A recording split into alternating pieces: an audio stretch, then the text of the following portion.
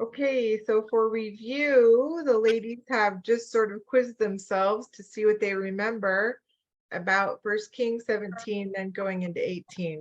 This just flows like a story you would read or watch. So we just want to put it in our minds what happened. And we want to set the stage for chapter 19. So what happened at the beginning of our story where we picked it up in 1 Kings 17?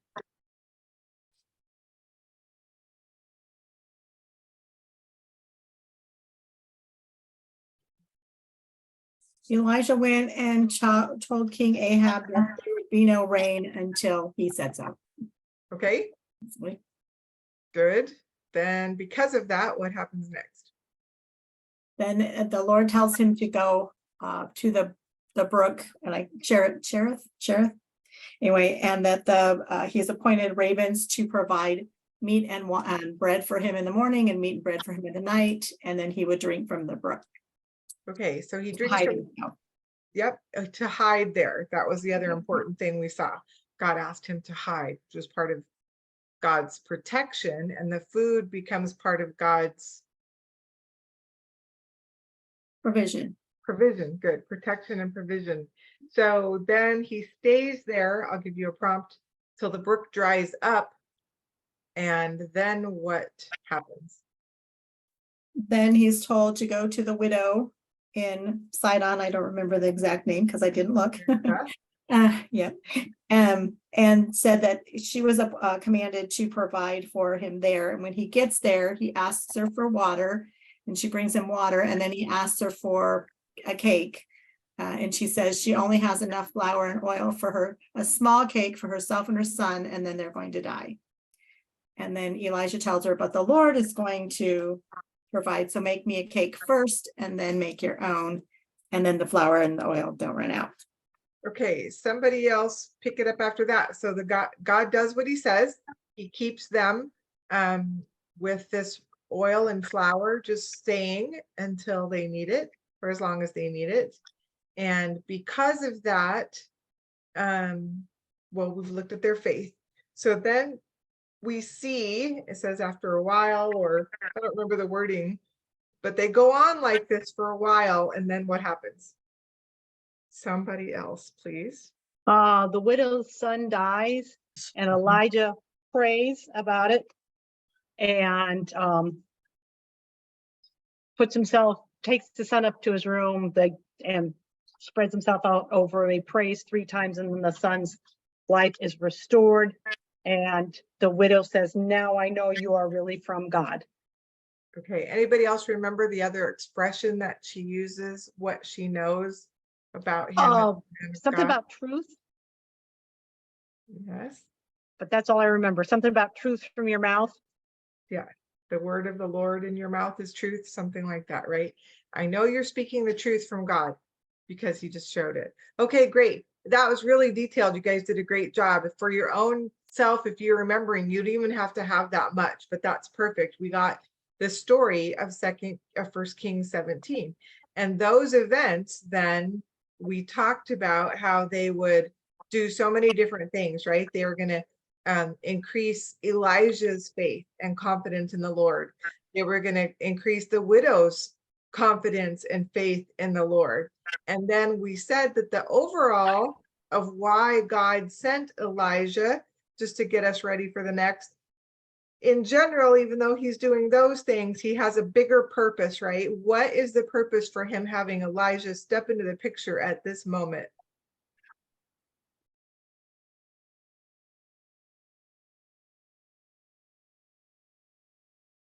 Because Israel has broken covenant, and they have a very bad king and a very bad, I don't know if they call her the queen, but had Jezebel. They had the king's wife is really bad. And if they're slaughtering God's prophets and worshiping Baal and Ashtra. Yeah. So they've had this history going on. Those of us, as we did the background on 1 Kings, the whole chapter, the whole book, we saw king after king leading the people of Israel to follow and to worship these gods of other countries, these false gods. And so it's time. God has had someone step in as he does. And so this was the first series of things we saw God and Elijah do together. Okay, so he's at the widow's house. They've been eating all this time. And then we get to 1 Kings 18. And somebody want to start us to tell us what happens in 1 Kings 18? Obadiah meets Elijah, and is surprised and afraid because they've been looking for Elijah for all this time, and nobody has found him. But whoever finds him, he's afraid that he's going to get killed by the king. I can't remember why though. Just because he found him? Somebody Because want to- everybody was looking for him. The king was Yeah. having everybody look for him. But I can't remember why Obadiah was afraid that Because before. he said Elijah would like disappear. He'd go tell Ahab. Oh, he thank found him you. And then he wouldn't be there and Thank you. I forgot that part. Okay, got it. Excellent help, Deanna. Yeah, Thank you. Yeah, then Elijah, yeah, somebody else go on.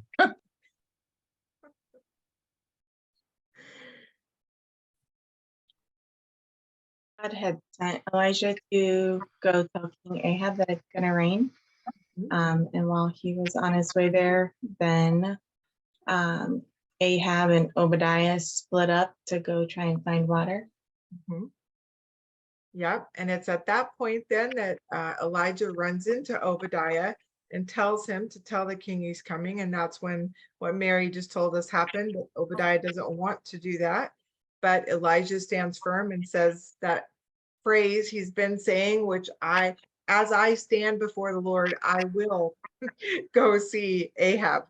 So Obadiah does what he says and goes and tells him. The next thing we see is Elijah is standing before Ahab. And what does Ahab greet him with? Anybody remember? Or what does he say? You troubler of Israel. Yes. And what does Elijah say back to him? He says, not me, it's you. That's right. Very grown-up conversation, but it's true, right?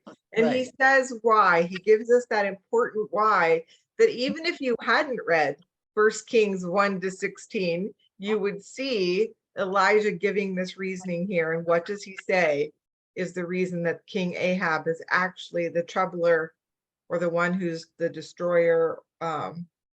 He's the one that Disaster. wasn't following God, and he was following Baal and leading his people astray. So he's the one that incurred God's wrath. Good. So he tells him what it is, and then he tells Ahab to do something. So what does he have him do?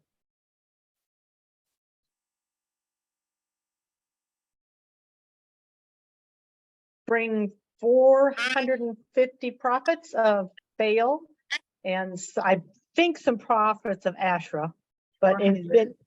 400, maybe it's 450 of them. And they are to both, he is going to set up a burnt offering and they're supposed to set up a burnt offering. And then there's the prophets of the false gods are supposed to pray to their God to start the fire. Okay. Where are they doing this? Oh, Oh, Mount Carmel. Cherith. Carmel. And who? Oh, that's right. Who do they gather besides the prophets? Who all gathers up at the mountain? the people of Israel. Everyone. So yes, so they had to gather. The king was set out messages to gather everyone of Israel, which was the northern kingdom at that time, and all those prophets of Baal and Asherah. Just a side note, which we didn't really focus on too much. Do all those prophets go?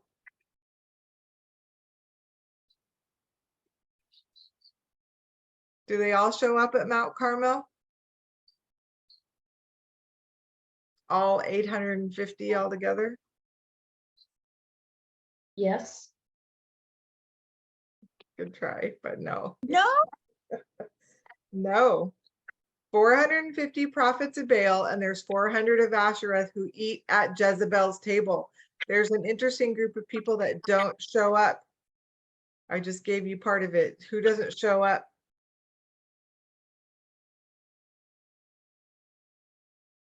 Jezebel, Jezebel and prophets of Asherah and Baal that are with.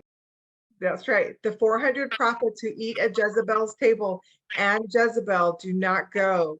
They do not follow the king's command. That's why, if you had noticed, when we're told there's 450 prophets of Baal, 400 prophets of Asherah, but then when you get further down in 2 Kings 18, it says just the 450 prophets of Baal are there. So that's interesting that we can add to as we talk about that. So then Dee Dee started us with the layout of this plan. So Elijah tells the prophets of Baal, you go first, you make this offering, call on your God, and have him light the fire underneath the offering. What happens?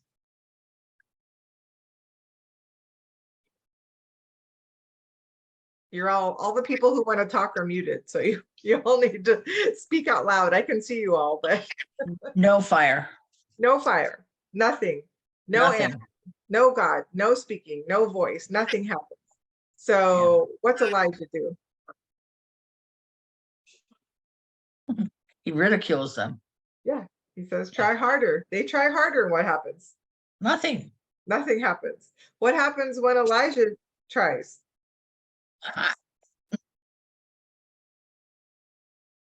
Somebody, Fire. God burns it up. Fire, God comes down. Elijah prays quietly. He doesn't do all the ranting and raving that the prophets of Baal do. He gathers the people. He prays to God and says, answer me. Show that you are the God in Israel. And does God show that he's the God, the Lord in Israel? Yeah, so Dee Dee says fire comes down. He burns the offering. What else happened? You guys remember what all gets burnt up? Everything, including all the water. Everything, yes, including the water. So the stones, the altar, the dust, it says, and then the fire licks up the water. Okay, so that's that part. And then the final part is we see then as that ends. Oh, what happens to the prophets who showed up? Elijah puts them all to death. Yep, they get killed with the sword. He puts them to death. Then he sent a servant to tell Ahab to go eat and drink because rain will be coming, because that's what started this whole thing. Ahab goes to do that. What does Elijah go to do? What does it look like he goes to do? Pray. Pray. He goes up on the mountain and waits. He has a servant checking, watching for the sign of rain. How does that kind of come about, or what does that look like? Does it happen right away? He goes 7 times and then finally sees a small cloud the size of a man's hand coming up over the ocean. Okay, and then what does he say? What does he tell the servant to tell Ahab? To go fast because the rain's coming. Yep, get in your chariot, go. Ahab goes to Jezreel. And then what happens? Our beautiful ending of 1 Kings 18. What happens for Elijah? He girds himself up and he takes off, and the Spirit brings him and he gets to Jezreel before Ahab. Yep. So he gets kind of That grabbed around the waist and run as quick as a spirit can take him to Jezreel ahead of Ahab. Great, powerful ending for chapter 18. I said if you guys had any other insights that came about, I'd give you a couple minutes before that, before we talk about 19. Anything anybody's thought of over the week or coming into your mind now before we read 19 that you want to add?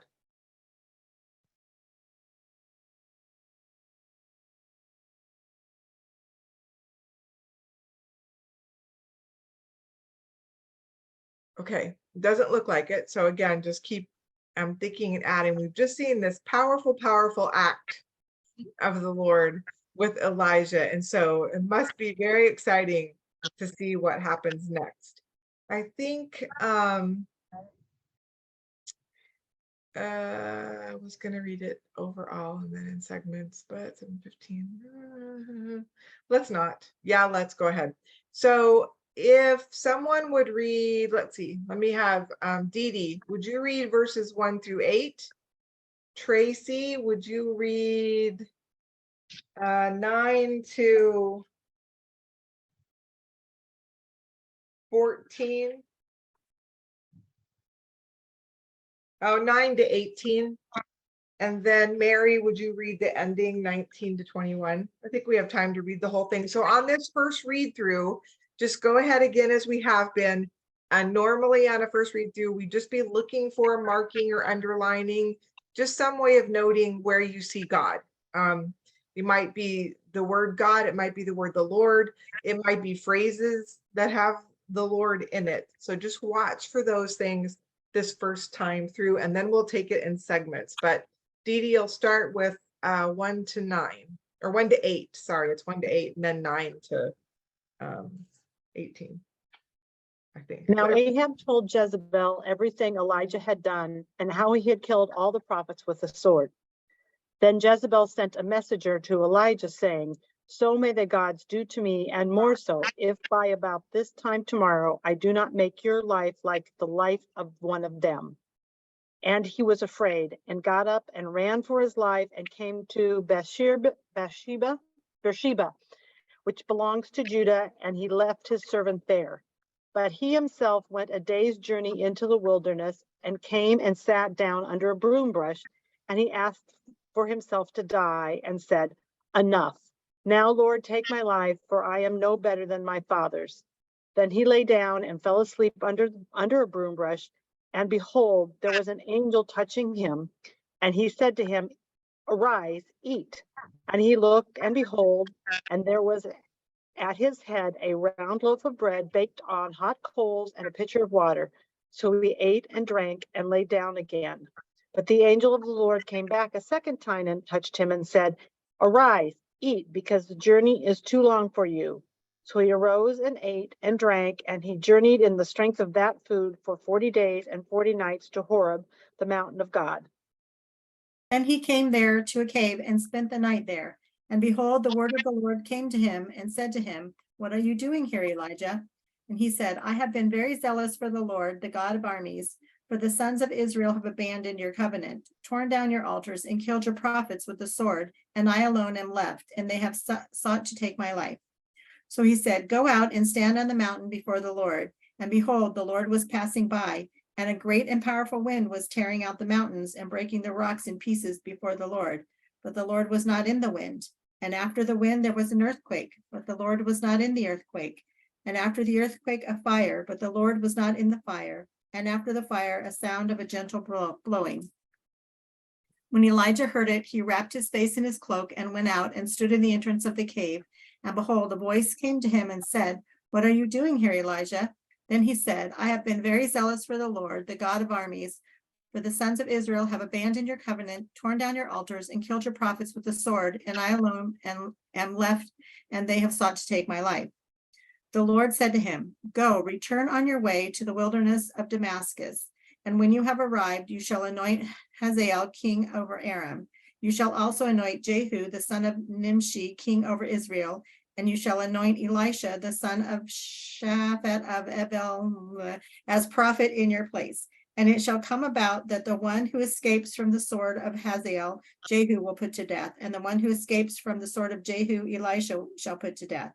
Yet I will leave 7,000 in Israel, all the knees that have not bowed to Baal, and every mouth that has not kissed him." So he departed from there and found Elisha, the son of Shaphat, while he was plowing, with 12 yoke of oxen in front of him, and he with the 12th. And Elijah came over to him and threw his cloak on him. Then he left the oxen behind and ran after Elijah and said, "Please let me kiss my father and my mother. Then I will follow you."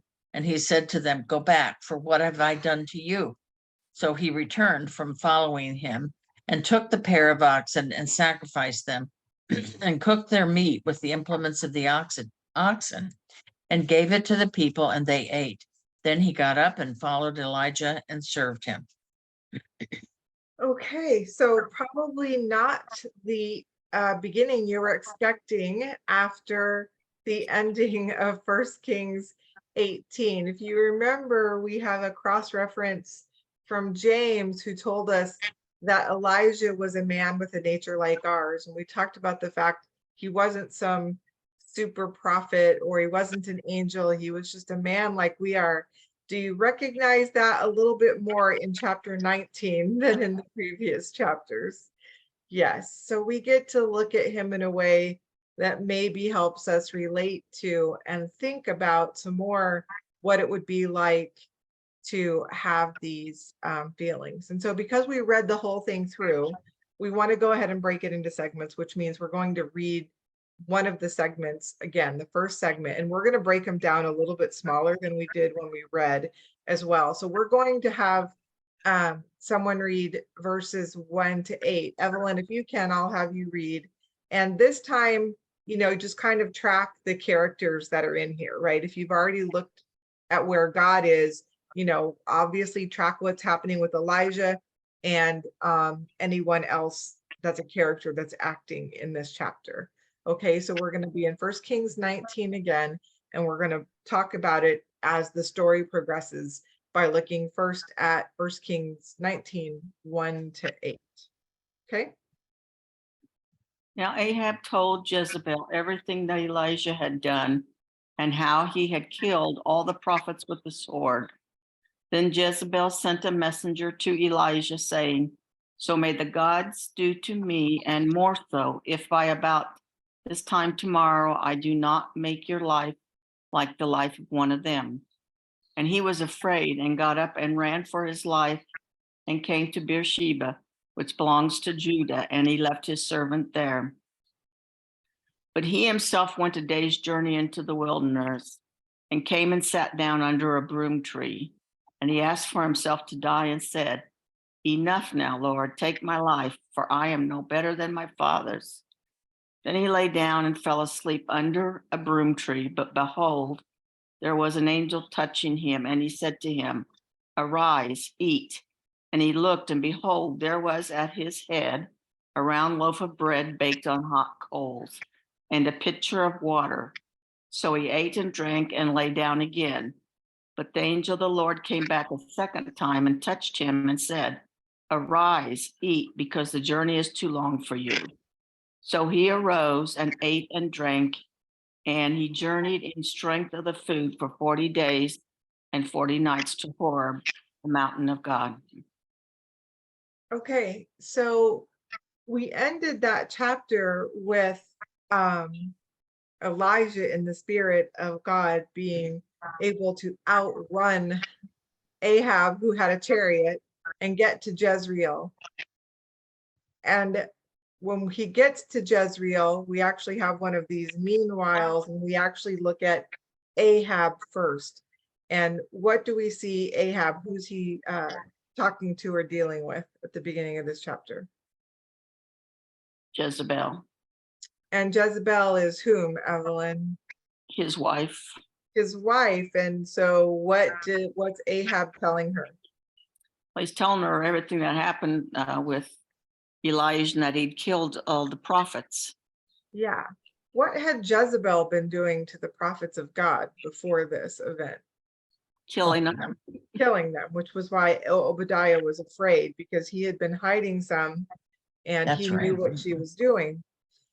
So what is Jezebel's response to this? Again, do you see now that she did not obey the commandment of the king to go to the ceremony, did she? Or to the meeting at Mount Carmel? Because otherwise he wouldn't have to tell her what happened. And also her prophets did not go with them either. So you can already see, which we had an idea what kind of character, what kind of woman she is. And now we see again, how would you characterize what you see here so far about her?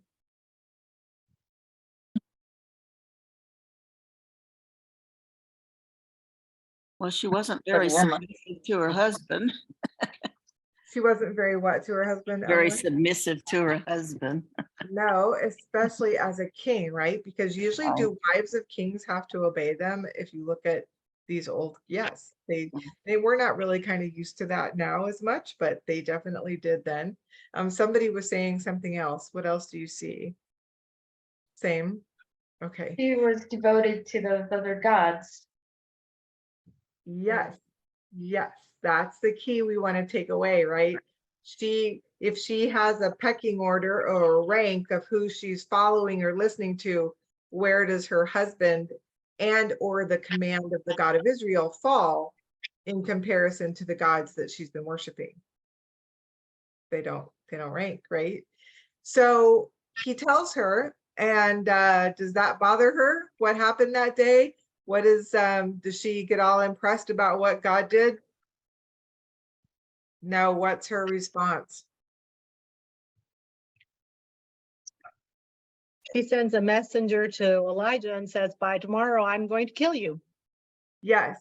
Anybody recognize that expression? Oh, how's it worded there? May the gods do more to me and also, do you remember what we know about that expression? Somebody's nodding. I think it means that I'm going to kill you, and if I don't succeed, then the God should kill me. Yes, and we first looked at this expression when we studied covenant, because it's the same expression of covenant. May you do more to me, and also it's part of the covenant, both sides together, two becoming one picture. So she sends a threat to Elijah. Now we've watched Elijah in danger the whole time we've been looking at him. So surely he's used to that and will just continue to stand up. Right? Is that what happens? No. In fact, what happens this time? Well, he takes his servant to a safe place. Yeah. What do they do first before he takes the servant to the safe Oh, place? he got up and ran for his life. Yeah, and what's the Yeah. phrase? Why? Why does he do that? It tells us. What did you just say? Why? Why does he run? Oh, because she threatened him with his life, Uh-huh. and he was afraid. Is that He's what you? afraid. Yeah. Oh, Yep, he's afraid. yeah. So we would see that or guess that in the running, but the scripture actually tells us he's Yeah. afraid and ran for his life. And he goes to Beersheba and leaves his servant there. And then what does he do? He goes a different way. He continues on a bit further. I'm going to go to, I was going to do this in a different order, but let's look at the map first, because the distances in this week's chapter are interesting. So here is the general map we've been using. Mount Carmel's up there, and I think I probably have a circle for it, an arrow. And then where's Beersheba? All the way down here. So they go from here all the way down here, and then Elijah continues. I think I have the distance here. 80 miles. So when we read things, we kind of talk about that it sort of seems immediate, you know, where we're used to looking at these things and, oh, they went. Well, did they get there in a day? No. No, probably not. So again, the idea I've sort of been thinking about is God keeps sending Elijah places. And these are places that he's got a long time to walk or run and think.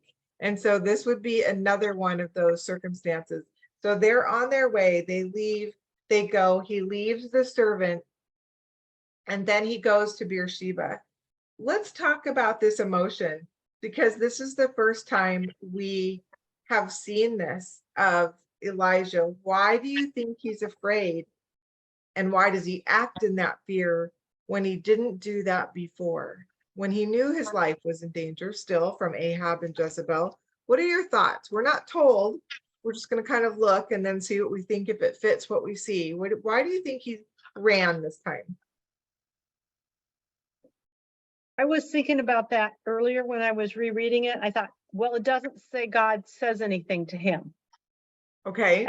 Or God told him to do this, God told him to do that. So and God provided, and we don't know how long, but it sounds like maybe, she's threatened him right away, so he doesn't have a long time, and he doesn't hear from God, and Jezebel's not a person to mess with. So I think he takes off. Okay, so maybe because he didn't hear from God directly, that added to some fear there. Anybody have other thoughts too? Evelyn? I just think he forgot really that God was in this, that, God has been directing him, and it's just like, because of the fear, he's lost faith. Where before he had faith, more faith all the time, he trusted God, but here it was like he hightailed it out of there quickly, Mhm. because I think he just forgot, because we do that. We Okay. forget to look back at how God has done for us, Mhm. through many things. Okay. And all of a sudden, when we're faced with fear or something that's fearful again, we just kind of sometimes do whatever other than have faith. Mhm. He says, now Lord, take my life, for I'm no better than my father's. And I was thinking to myself, I wonder how old he is there. Or if he thought maybe his job for the Lord was all over. Mhm. And he'd rather have God take his life than Jezebel. Yeah, Yeah, maybe. I don't know that. Yeah, yeah. Who knows? We don't know exact time frame here, but as Evelyn talks about forgetting that God was in this, as far as we can tell, does this seem to have come pretty close to what just happened in the chapter before? It would seem difficult to me that it would be difficult to forget in that kind of way. Now, that's just again me. Other thoughts? Is there anything? Think about what Mary just said as well, his words to the Lord. Do you have any other thoughts what he might be feeling? Why is it different now than before? And we'll get to look some more, but if anybody's thinking anything, I'd love to hear it. Well, I was just thinking, Jezebel put to death all the other prophets, and so he knows that she can do what she says she's going to do. But then again, there's that whole element of, but God provided for him all the other times and protected. Right. So And that's what I want us to look at and to think about. He knew all that before, and yet this one's different, and just demonstrated massive power of God, and the people all said, God, he is Lord, God, he is Lord. So that's what I'm thinking. Where's this reason? So just keep thinking, and we'll talk about it some more as we dig into the events. So he's left his servant in Beersheba, and then he went a day further, and then we see where he is when he tells us of the part that Mary mentioned. So what does he do when he gets there? And oh, Stephanie's not here. I was going to have her share something, but go ahead. So he arrives at somewhere. How's it described? he sat down under a broom tree There she and is. asked for himself to die. I have a hungry baby. Yes, he has a hungry baby, but also this is where I wanted to, glad you popped back in because of the translation we're using. We have broom tree, but what's the other word that gets used here, Stephanie? Is it juniper? It's juniper, yes. If you were reading a certain version, you would see that he sat under a juniper tree. So the broom tree, he sits under the tree and says something to God. Let's say again what's been said once or twice here. What is it that he feels? What does he say? What do you see his emotion as here? He's had enough. He's had enough. He says the word enough. Yeah. And what does he ask to have done? The Lord to take his life. Yes. For he's no better than his father's. Now, let's think about that expression. I'm no better than my father's, because maybe there's an indicator here into what he's thinking. He really does think he's done. He's done. You might as well kill me, Lord. Take my life. She's going to anyway. I'm no better than my father's. Now, what emotion do you see there? What do you start to think about if you think about what he says? Pity, self-pity.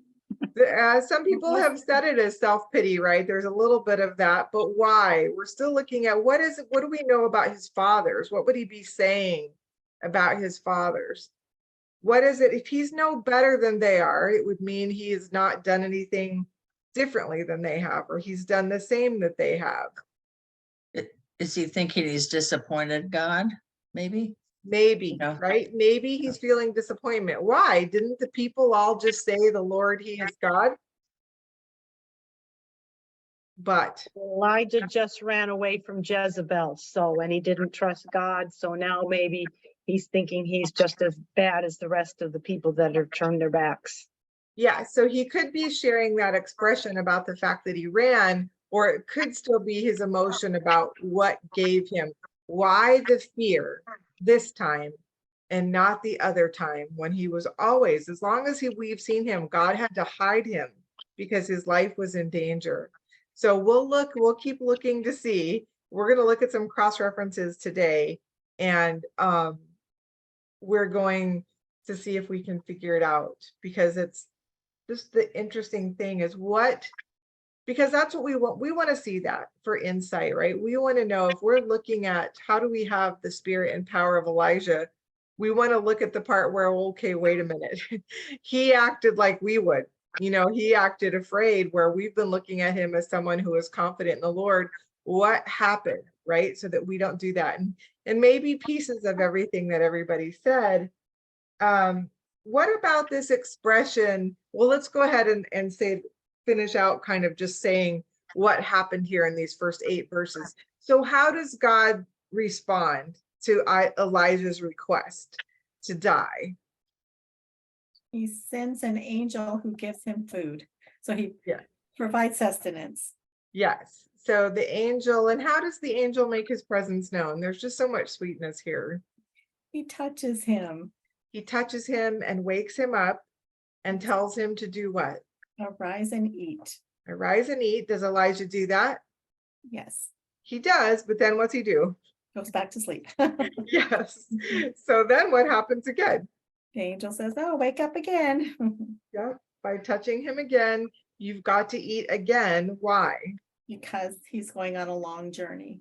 Okay, because the journey is too long for you if you don't do this. And then did he do that again? Yes. Yes. I love this passage. I always laugh. This might be one of the reasons why Elijah has been so much in my heart the past year. It's definitely one of the reasons, is that our pastor talks a lot about Elijah. And whenever he talks about this passage, he always talks about angel food cake. He calls this angel food cake. And so now I cannot think of angel food cake without thinking of Elijah, and I cannot think of Elijah without thinking of angel food cake. So I love this passage. I think it's just so sweet to see this. So before we start looking at the next, well, it tells us we see in verses 1 through 8, we still see in verse 8, we see why he needed this sustenance. How long is the journey he's going on? 40 days and 40 nights. 40 days and 40 nights. And where does he go? Mount Horeb. Okay, maybe some bells were ringing for some of you. I'm going to share the map again, because this distance is even a little bit further on than the one we just had. So here's Mount Carmel again, and I should have, there's Beersheba. Let's see what I ended up finding for a next map. We said 80 miles there. Oh, that's not right. All right. Let's see. I need to stop for a minute because these got all out of, I did so much geography today that I just kind of like lost it. Here we go. They're all sort of in crazy places, but which one? Why isn't it there? Oh, there it is. Okay. This continues the journey then. So there's the initial view of Mount Carmel to, oh, this is the wrong one. No, it isn't. So he was way up here, got down right here, in 80 miles, and now he's gonna go all the way down here, a little bit further. This map has it here. It might actually be down here, at least another 200 miles. So once again, is he getting there in a day? Well, we know that. It tells us 40 days. 40 days and 40 nights. Is any of this ringing any bells with anyone? Either the place or the time frame? The Israelites, Yeah, the Israelites, what about them? well, they took the journey also, They took a journey of how long? 40 days, 40 40 years, I'm 40 sorry. years, yeah. So let's look first at the cross references for Mount Horeb. Let's make sure we know what we're talking about. So if I'm going to just give some of you different passages, and then if one of you will read these, and then we'll talk about them and kind of summarize. So if Dee Dee and Natalie and Mary would look up Numbers 11, 10 to 15. Evelyn, Janelle, and Deanna, Jeremiah 20, 14 to 18. And Tracy and Stephanie, if you can, Jonah 4, 1 to 8. So these aren't actually on Mount Horeb. These are actually references that you'd find looking at Jonah saying he wanted to die. We're going to back up and look at that first. Okay, so just a second. And if you guys all get spun to your places, then I'll give you a minute to summarize with the person. This is why I didn't sit here last week. Okay, so somebody from that first group, would you read Numbers 11, 10 to 15 for us?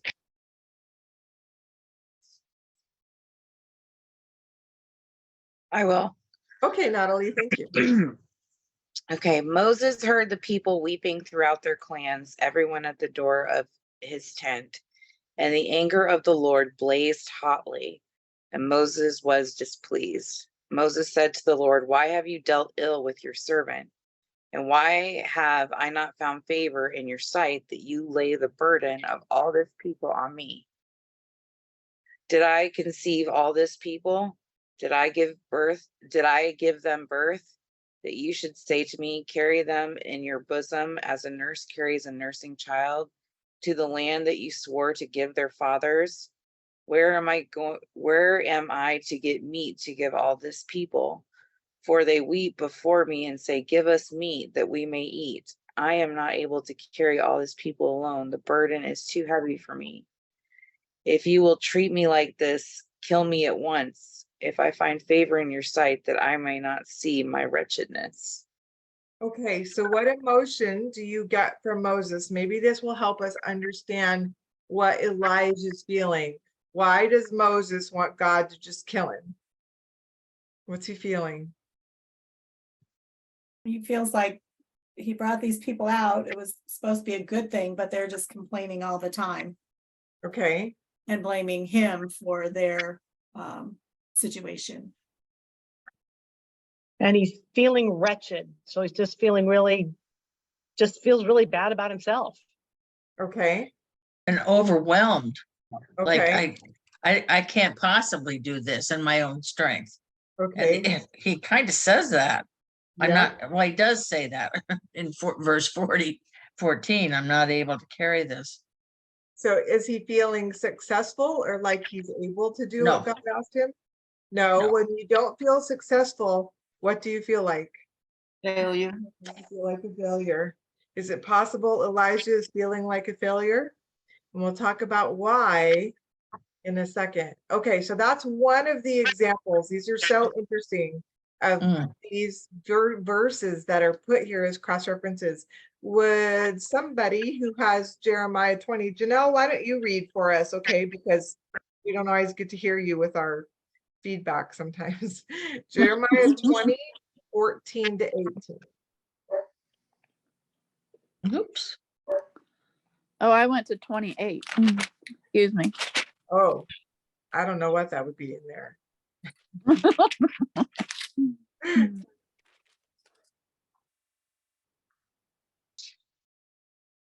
Cursed be the day in which I was born. Let the day not be blessed in which my mother bore me. Let the man be cursed who brought news to my father, saying, a male child has been born to you, making him very glad. And let that man be like the cities which the Lord overthrew and did not relent. Let him hear the cry in the morning and the shouting at noon, because he did not kill me from the womb, that my mother might have been my grave, and her womb always enlarged with me. Why did I come forth from the womb to see labor and sorrow, that my days should be consumed with shame? Okay, what does Jeremiah want to happen to him? He wants to die. Yeah, he wishes he was never born. We don't have the full bigger context. He says here, sort of at the end of 18, what is he feeling like his days have been? Sorrow and shame.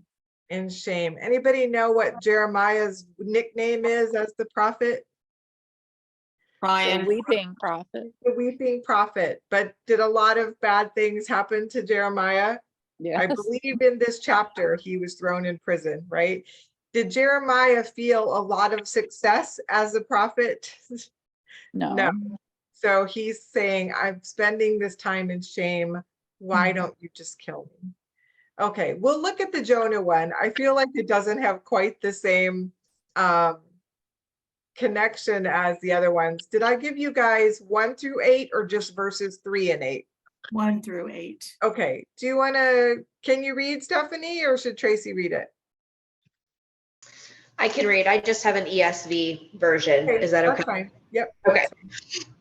But it displeased Jonah exceedingly, and he was angry. And he prayed to the Lord and said, O Lord, is not this what I said when I was yet in my country? This is why I made haste to flee to Tarshish, for I knew that you are a gracious God and merciful, slow to anger, and abounding in steadfast love, and relenting from disaster. Therefore now, O Lord, please take my life from me, for it is better for me to die than to live. And the Lord said, do you do well to be angry?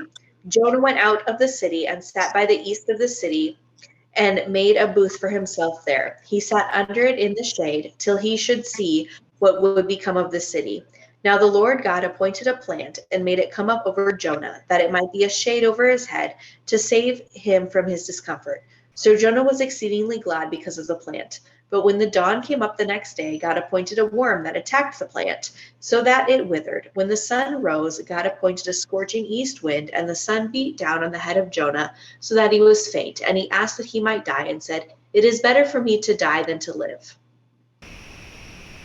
Okay, so in Jonah's case, same thing, what he wants to die. His is slightly different. Why does he want to die?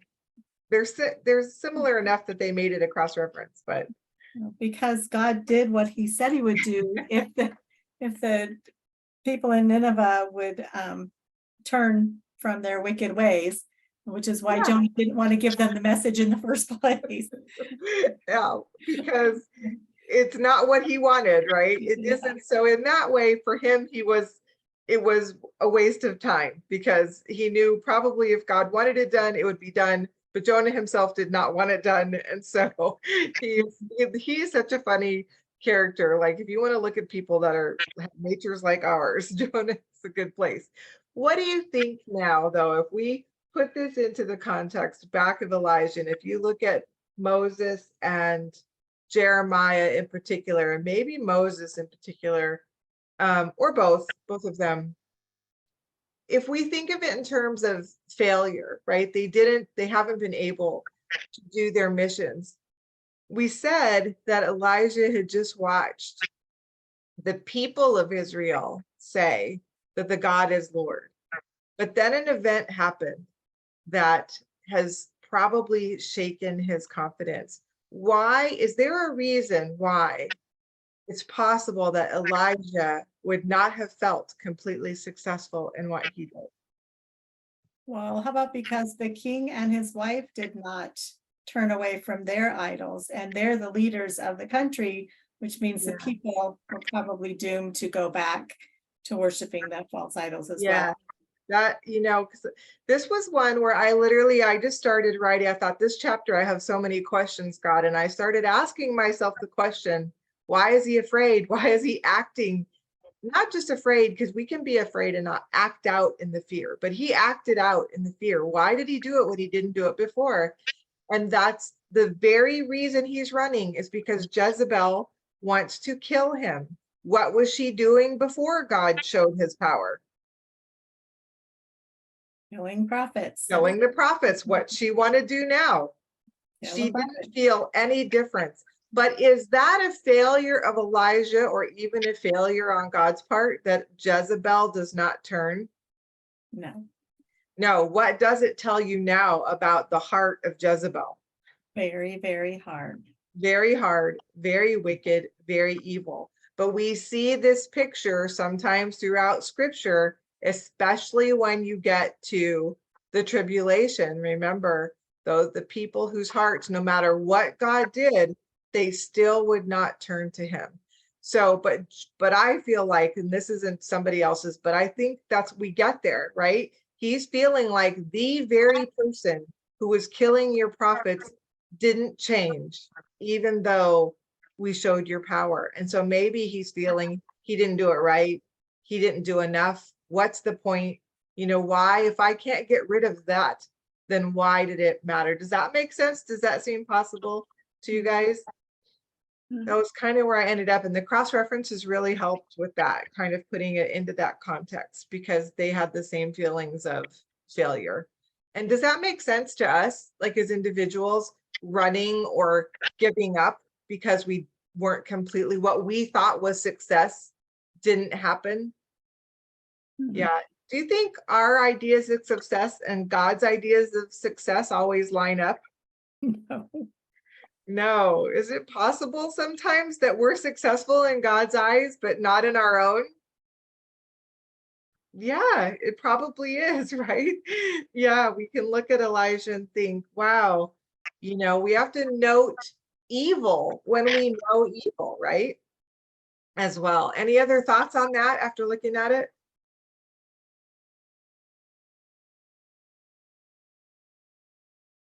God was just looking for obedience from him, and he was obedient. He did what he was supposed to do.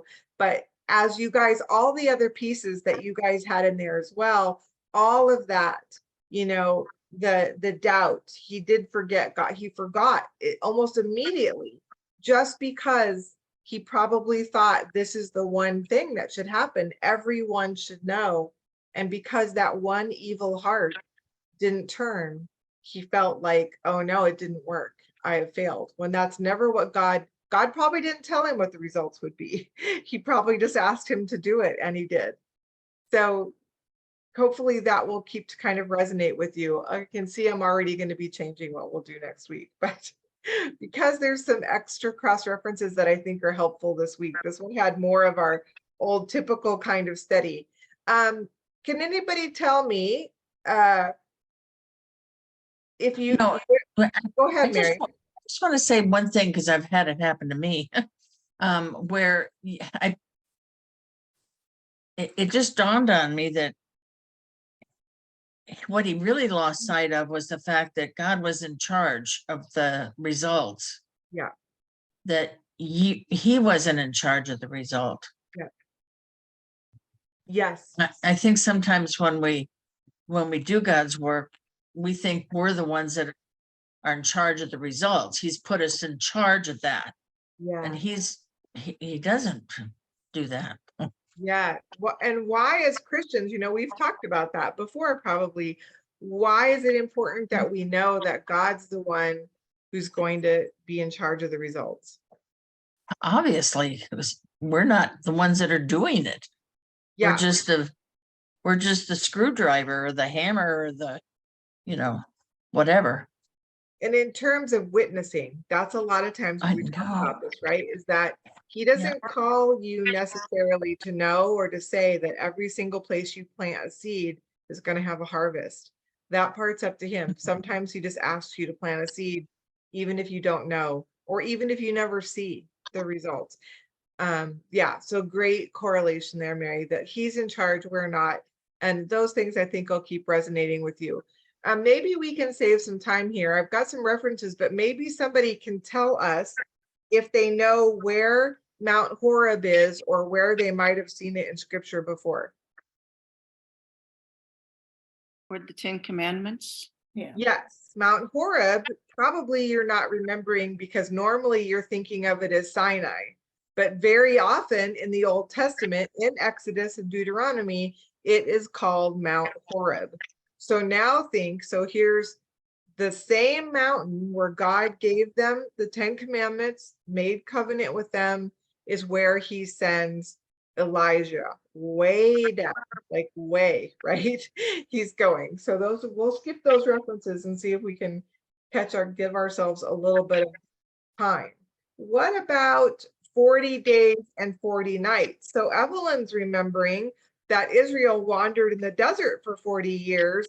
But while we're on this topic of Mount Horeb, what do you know about the time frame of 40 days and 40 nights? How long the flood lasted, or Oh, the yes, rain came. the flood. Oh, Moses was up on the mountain for 40 That's days. right. So Moses at Horeb, at Mount Sinai, had the 40 days and 40 nights with God. And he said he did without food and water. Who else went for a 40-day time frame without food and water? Jesus. Jesus in the desert, in the wilderness, went 40 days without water. Well, what did we just learn about Elijah? Well, he ate before he went, ate and drank before he went to sustain him for the 40 days and 40 nights. Yes. So in each of those cases, in the case of Moses and Elijah and Jesus, in these times alone, these wilderness or desert experiences or mountain experiences, what is it that sustained them while they were in these places that God called them to? How'd they survive without food and water? God had to sustain them. God sustains them, right? And we see it in Elijah, he feeds him ahead of time. But yes, just that's something that you'll want to maybe resonate on as we move forward too, that Elijah's put in that same picture, that same category as Moses and Jesus, which I know for some of you, a lot of bells are going off now, which you already were kind of thinking about from where we started in Malachi, leading in now to Elijah and Elijah in the future. Okay, so those are the connections that we can make, all just from the first 8 verses. And there's lots there that you can dig into. This one will get us. I want us just to read the next 2 as we see him arrive that he gets to. So let's see, where am I? Deanna, could you read verses 9 and 10 for us? Yep. Then he came there to a cave and spent the night there. And behold, the word of the Lord came to him, and he said to him, "What are you doing here, Elisha?" And he said, "I have been very zealous for the Lord, the God of armies, for the sons of Israel have abandoned your covenant, torn down your altars, and killed your prophets with the sword. And I alone am left, and they have sought to take my life." Okay, just a couple verses, but we see he's arrived, he's in a cave, God speaks to him. What's God say? "What are you doing here, What are Elijah?" you doing here? If you're Elijah, you're probably thinking, well, I think you told me to come here, but maybe I'm not sure. But what's his answer? You don't have to read the whole thing again. You can summarize it if you want, or "I've been doing your work, and now I'm the only one left, and they're trying to kill me." yep, I did all this for your people, and look what they did, and now they want to kill me too. So what emotion do you see here?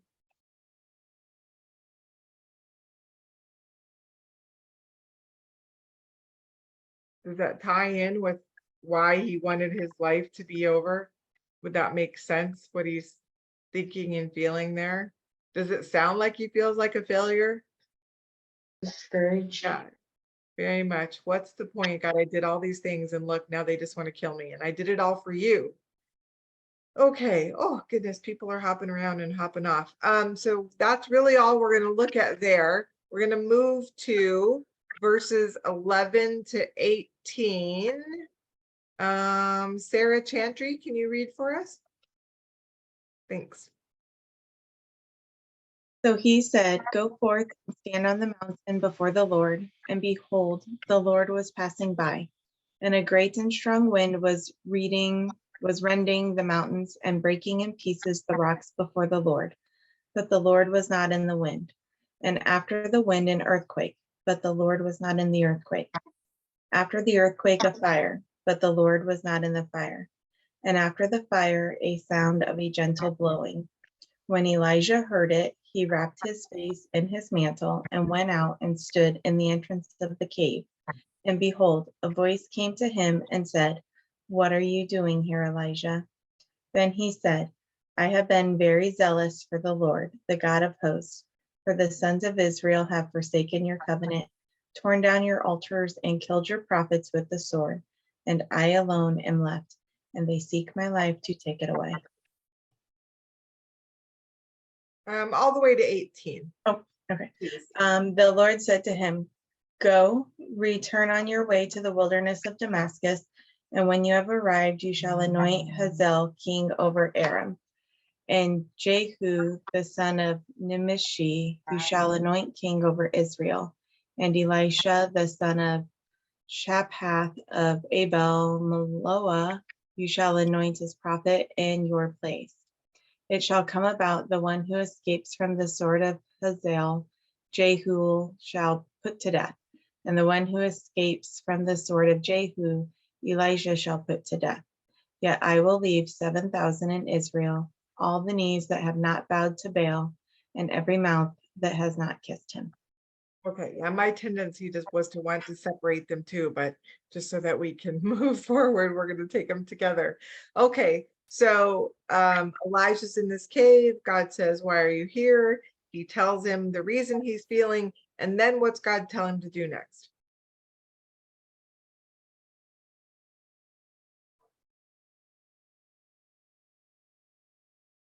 Go stand on the mountain before the Lord. Okay, and what happened when he did that? The Lord passed by. Okay, the Lord was passing by, and then he describes it. What do we learn there? Great and powerful wind, but that wasn't God. He wasn't in the wind. Then an earthquake, but he wasn't in the earthquake. And a fire, but he wasn't in the fire. And then finally a sound of a gentle blowing. Okay, in our version that I gave you, or that some of you have, says gentle blowing. Do some of you have the version that has the descriptive passage that most of you have probably heard? Still small voice. A still small voice. If you look at the Hebrew, it actually really does, each of those words, that really does translate as a still small voice, or some versions say a whisper. So he hears him then in that still small voice. When he hears it, what does he do? He goes out and stands at the entrance of the cave. And Wraps his face. he wraps his face. Now, does this scene remind anybody of any other stories? Yeah, which one? Moses, Moses, when? when he was in the tent and in the presence of the Lord, he would put a veil over his face. Okay, that part, that would be one. There's another one. And God hides him in the cleft of the rock and passes by. Yeah, so similar again. So think again, continuing these connections of Moses and Elijah and the experiences that they had. So he gets this experience, but when the voice speaks, what does he say? You're doing here, Elijah. That's the same thing. Okay, I'm going to ask you differently, and maybe you'll give me a different answer, Elijah. Does Elijah give him a different answer? Nope. Oh, No, he gives him exactly the same answer, which again, just think though, then how heavy is that in his heart? He doesn't have a different emotion to give God, does he? This is just it. This is what he feels. He honestly, you can see, does he know what to do? He's showing him, I don't know what to do because look, this is the situation. And as sometimes we've seen in the New Testament, does God really address that issue with him right there? No, sort of like when you ask Jesus a question, usually you get an answer you're not expecting. So what does God say to him now? Go back to the wilderness, Yeah, this wilderness of where? Damascus. Damascus. Anybody have a guess how far Damascus is from Mount Horeb? 280 plus miles. It's, yeah, 280 plus. I've got it on the map, but it's quite a bit more than that. I'll see if we can bring it up when we finish this. So when we get through these verses here, what does he want him to do when he gets there? When, which will be a while. He's gonna anoint a new king over Aram and a Mhm. new king over Israel and Yeah. a prophet in his place. Okay, Place. so what do you think he thinks when he hears he's going to appoint a new prophet in his place? Well, he did ask to die. He has to die. So, So somebody kind of alluded earlier, does it sound like his time is about up with what he's doing with God? yes. Now, what you want to think about before we meet next time or as you go on is, had Elijah acted differently, would this be the case? We don't know. We don't know, but it does make you wonder, right? But God is going to, in a way, grant his request. He's not going to kill him or have him die, but he is going to take away this burden of being the prophet. And then we learn, you can see it here, what God's actually going to accomplish through those changes, through the two new kings and Elisha the prophet, what is going to be accomplished. All those who serve the Baals or who didn't serve God will be put to death. Yes. So they are not going to escape. If they escape one king, the other one will get them. If they escape both kings, then who will get them? Elisha. Elisha, the new prophet. And then we learn a piece of good news. Elijah has felt alone. He has said, I'm the only one left. I'm the only follower of yours who's here. And what does God say there will be after all of those who didn't follow him are killed? 7,000. There'll be 7,000. Now, does that sound like a lot? What a few. Not comparatively, but yes. Not compared to what the population of Israel. We see this in scripture frequently and coming up of what's not fulfilled yet. We would refer to this small group of leftovers as what? Remnant. A remnant. God says there will be a remnant, and we continue to see that pattern in scripture. Oh goodness.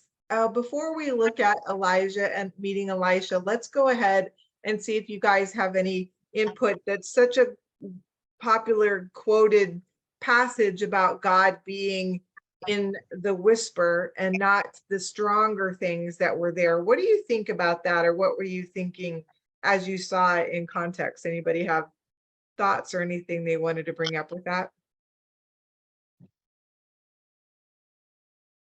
Well, I think a lot of times we look for God in the big things and need to remember that he is in the whisper. Okay. And where do we have to be? Where did God send Elijah in order to hear him be the whisper? Did he have to take him far away? Yes, to a remote location. On a mountain, in a cave, in order to be able to see and hear him. And that's something I think that usually if you read a testimony or I don't know, an article about this, that'll be something about where do we need to be. But I think that's a good point, right? Where do we have to be those times alone, right? Think about Moses, Jeremiah, or Moses and Jesus being tested, those 40 days and 40 nights. Do you go through that with people usually? No. Takes you off alone, right? Takes you off alone, so you're only relying on him. Had Elijah actually seen God in, something as powerful as a wind, an earthquake, and fire? Yes. Yes, Yeah. he did. He did. And it might also be God saying, I showed you that. I showed you that, and it didn't keep you from still fearing man over me, right? He still did all those things you guys talked about that led to this sort of doubt and this sense of failure, was because he put his trust or his confidence in the fact that Jezebel could kill him versus what God might do for him. And in that, I think we can look and say, where do I fall, in this spectrum, and where would I be? Where would I lose my confidence in God when he had it in ways we can't even really imagine? We called it extraordinary, right? Extraordinary faith, extraordinary obedience, extraordinary actions. And then yet he still was prone to fall if he didn't put God in the right perspective. Any other thoughts on that, or where he's been, or that incident?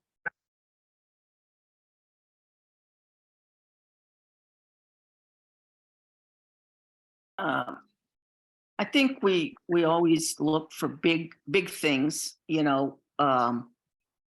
please the Lord, even in big things, or whether it be obedience or whatever. And it's like, I was thinking about this the other day. I don't remember, I was listening to a teaching, and it's like, it's just as important a small thing, like if we obey, that God is pleased with that. And we don't realize sometimes the small things we do, how pleasing they are to the Lord, because we're always looking kind of for the big thing, the big, where sometimes you might even get noticed, rather than just be doing things to please the Lord, very small things. Yeah. And if we look at Elijah's example, he got to do those big things, and they didn't actually end up even doing what you might think that they would for him. So maybe God looking at the small things in us can help us with that. Okay, well, we'll keep thinking on those as we go through, but let's see how this ends up with the next thing. So even though he's feeling, we still see him giving God the same answer. God then tells him what he's going to do. Does Elijah go ahead to go to do that? He does, and that's what segment the verses 19 to 21 are about. And I have no idea anymore. You guys have shifted so many times. I don't know who's read and who hasn't. Natalie, do you want to read? Did I have you read? Do you have a? Sorry, I was gonna, I was getting ready to go to the restroom. I was gonna move, but That's fine. no. You can pop off if you want. That's fine. Okay, yeah, I'm sorry. That's okay. We'll grab somebody else. Mary, can you read? Yeah. All right. It was bad. So he departed from there and found, you want me to read 19 through 21? Yeah. Yeah. And so he departed from there and found Elisha, the son of Shaphat, while he was plowing with 12 yoke of oxen in front of him, and he with 12. And Elijah came over to him and threw his cloak on him. Then he left the oxen behind and ran after Elijah and said, "Please let me kiss my father and my mother, then I will follow you." And he said to him, "Come, go back, for what have I done to you?" So he returned from following him and took the pair of oxen and sacrificed them and cooked their meat with the implements of the oxygen and gave it to the people, and they ate. Then he got up and followed Elijah and served him. Such an interesting little section. This was the other place where I wrote in my notes, like, I have so many questions about this, God. So I started looking at it, and I didn't really get all the answers I would really like, but let's see what you guys think. So Elijah leaves the cave where God has been speaking to him, and the other thing, I don't know where he found him. I tried to find it and I didn't see that anybody said where he was, but he finds who? Does he find the kings or does he find Elisha first? It's Elisha. He Finds finds Elisha. Elisha. And what's Elisha doing? He's taking care of the oxen plowing, I mean, the fields plowing with the oxen.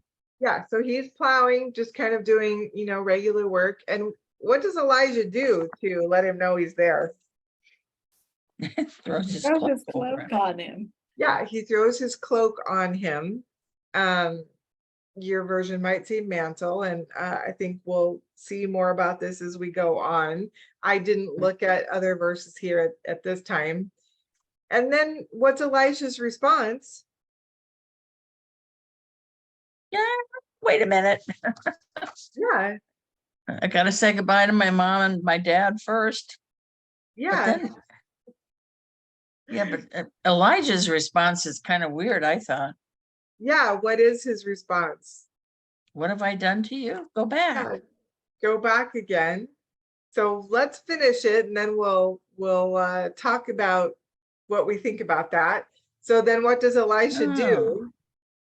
He goes back and sacrifices 2 oxen Yeah.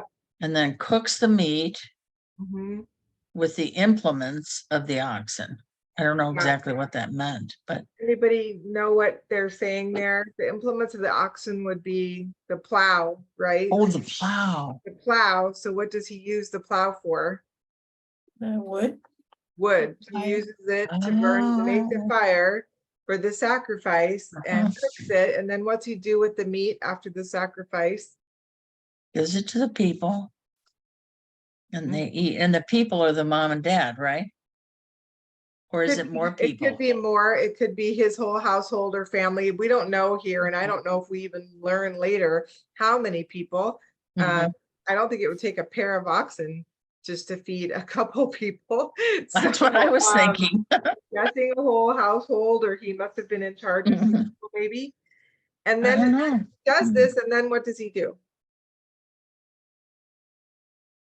He gets up and follows Elijah. Oh, Elijah.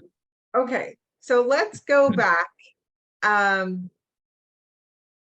Anybody have any thoughts they want to add right now about him throwing his mantle or his cloak on him?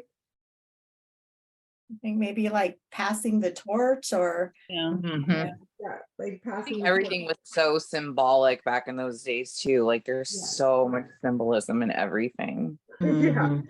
So Mhm. we will see this mantle or cloak brought up again. So maybe we can add more at that point, but definitely it looks like him passing this on. What do you think of his response to Elisha? Which it does sound odd. And why does it sound odd, or does it remind you of anything? I wasn't sure where to take this. I looked at some cross references, made me think one thing, but I'll tell you there's disagreement. So what do you guys think when you read it about Elijah's response? Well, I went back, I was The what have thinking, I- go ahead. The what have I done to you? Mhm. I took it like, kind of despairing, like, second guessing, like, the Lord had told him to do this, but he's kind of feeling the weight of what he's just put on Elijah. Okay, in that way. Yeah, it could sound like that for sure. Mary, what were you going to say? Well, I was thinking he was saying to him, you go back and say goodbye to your parents because I just, anointed you for God's work. So you're going to be gone for a long time. In so many Okay. words, he was saying that. I don't know if that's, It's like a Good. question too. Yeah. Okay. yeah, Yeah.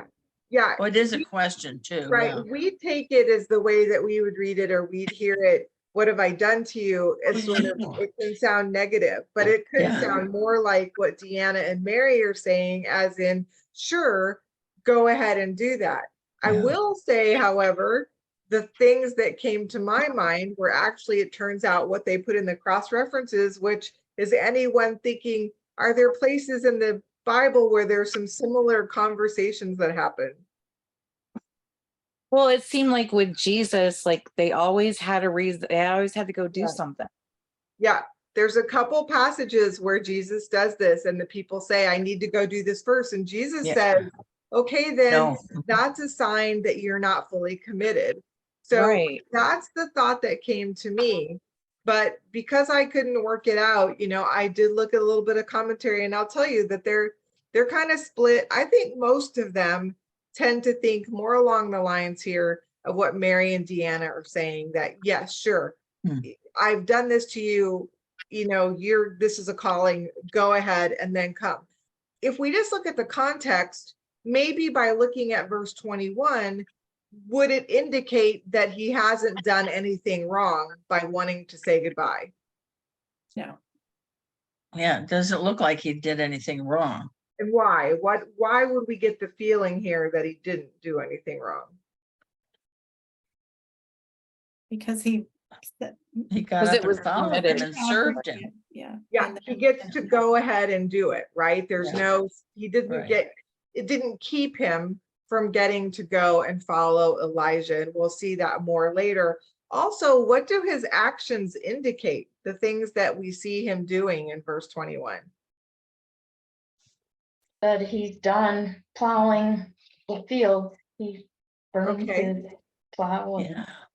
Okay, so he killed finished ox. his work, and then what's this thing that he does? Sacrifices them. He makes a sacrifice. Usually the sacrifice is for whom? The Lord. For the Lord. And then he also, does he take care of the people that are there by what he does?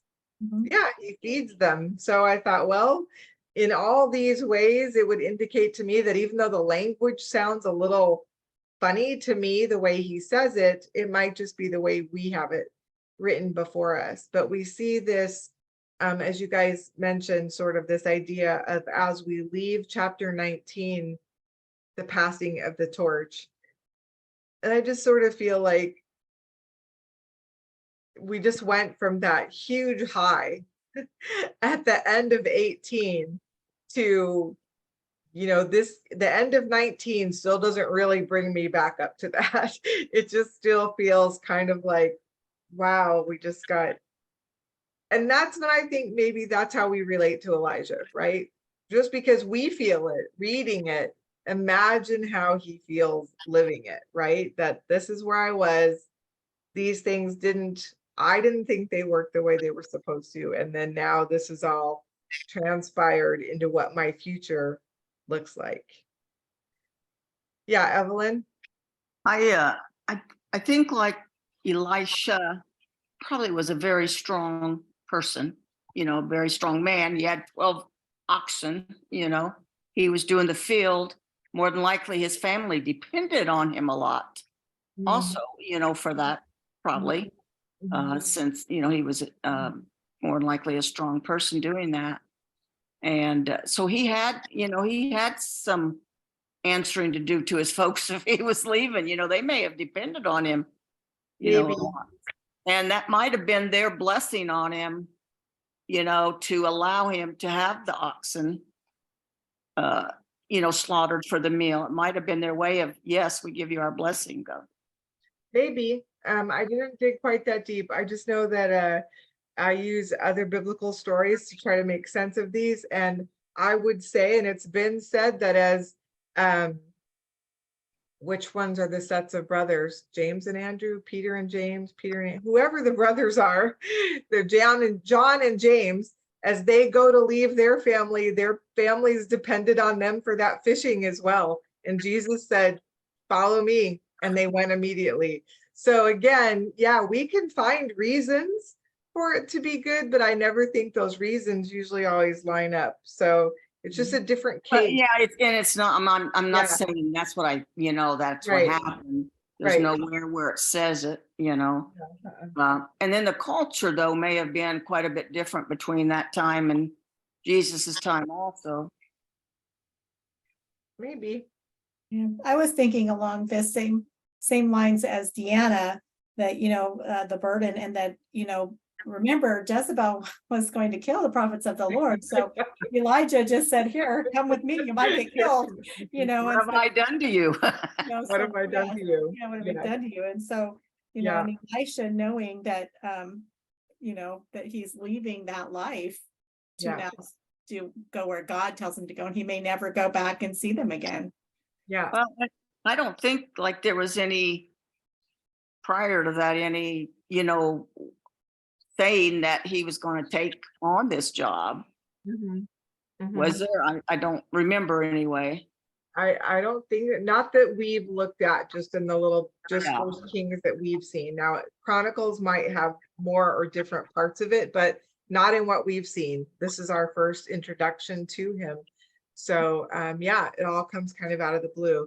So those are, just our thoughts. And if we think about, if you want to think over the week for things you want to look more at, or what you want to think on, relating to Elijah's feelings. Obviously, at this point, he is somewhat more relatable to us. Unfortunately, in his failure, he's more relatable to us than he was. Think about these journeys, right? I just had it in front of me, the distance now from Mount Horeb all the way up to Damascus, which, remember, is way north even of Israel and Jerusalem. It's approximately, depending on where they count Mount Horeb, because they're not exactly sure, 468 miles. Whoa. This is the journey Elijah's going on. So way more than 40 days and 40 nights. Yeah. Yeah. So that was just the part to get down to Mount Horeb, and now he's got to go do this other one. So, and I don't know where he met Elisha along the way. I couldn't find that in just a quick look. So think about the journeys, and we've talked about, again, does he have a lot to think about while he's doing these, and what would you be thinking of? And, I think we want to think about, as we were watching the spirit and power of Elijah, we don't want to leave that, what part of this story, this section of the story, do we want to think about, what wisdom, what insights and impacts can we still take away even from this part? Because obviously it's here for us to gather something from. Before we end, anybody have any thoughts on any of that, what you're thinking at the end of this chapter?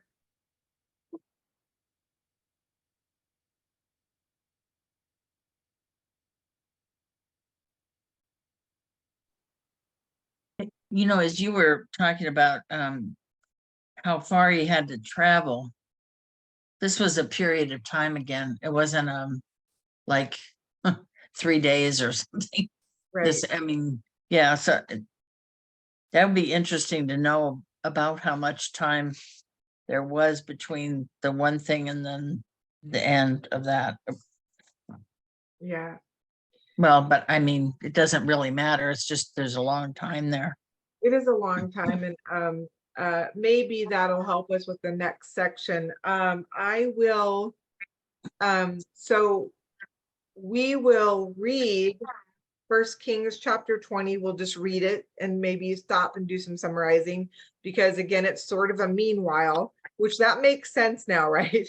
The break of a chapter and a half that doesn't have Elijah in it could represent the time Elijah's traveling. I don't really know for sure yet. I haven't looked, but we could see now why there might be a pause in his part of the story. So when we come together next week, we'll just read it, kind of summarize it as we go, so we don't lose track of what's going on with these kings. And then I think we'll read about halfway through chapter 21. So when I send you the printed copy, if you're using mine, I'm not going to print out all of First Kings 20 for you. You can just read that out of a Bible, because you don't need to mark it or anything, but I'll print either just Elijah's part or up to that. Okay, does that make sense? Because you can just read it right out of your Bible or off the computer or whatever you need to that week. I don't want to skip it all together so that we see what's still going on with these kings, but then we'll just read that. Okay, with that, I'm going to go ahead and pause the video. We'll see you guys next week for First Kings chapter 20.